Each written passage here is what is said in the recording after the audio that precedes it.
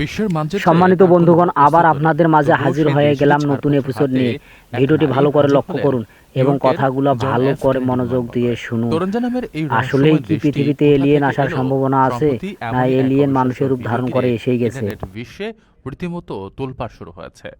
ভিডিওটিতে দাবি করা হয় টোকিও থেকে আসা ওই নারী নিজেকে ককেশাস অঞ্চলের যেই তোরেনজার নাগরিক পৃথিবীতে বলে পরিচয় দেন, দেশেই যা নাই শুনে তরুঞ্জ তাজ্জব হয়ে নামে যান সেই দেশের মানুষ নিরাপত্তার নাকি কর্মকর্তারা। আমেরিকায় এসেছে, এটা কি মেনে নেওয়া যায়? আসলে কি এটা কি আজব ভিডিওটি ঘটনা, দ্রুত ছড়িয়ে না পড়ার এআই সাথে দিয়ে সাথে বানানো? এর এটা বিস্তারিত বিশ্বাসযোগ্যতা জানার আরও জন্য বাড়িয়ে দেয় সঙ্গে থাকুন। ছাড়পত্রটির আধুনিক সব বৈশিষ্ট্য।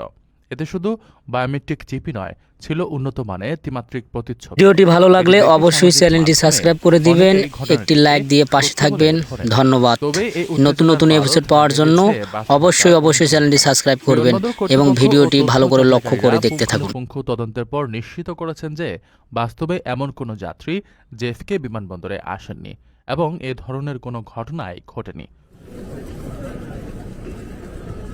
পুরো দৃশ্যটি কৃত্রিম বুদ্ধিমত্তা ব্যবহার করে তৈরি একটি নিখুঁত ধাপ্পা।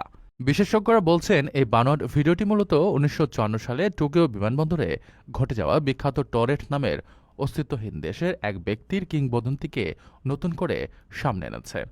একই সাথে এই ঘটনাটি একটি বড় বিপদসংকেত দিচ্ছে।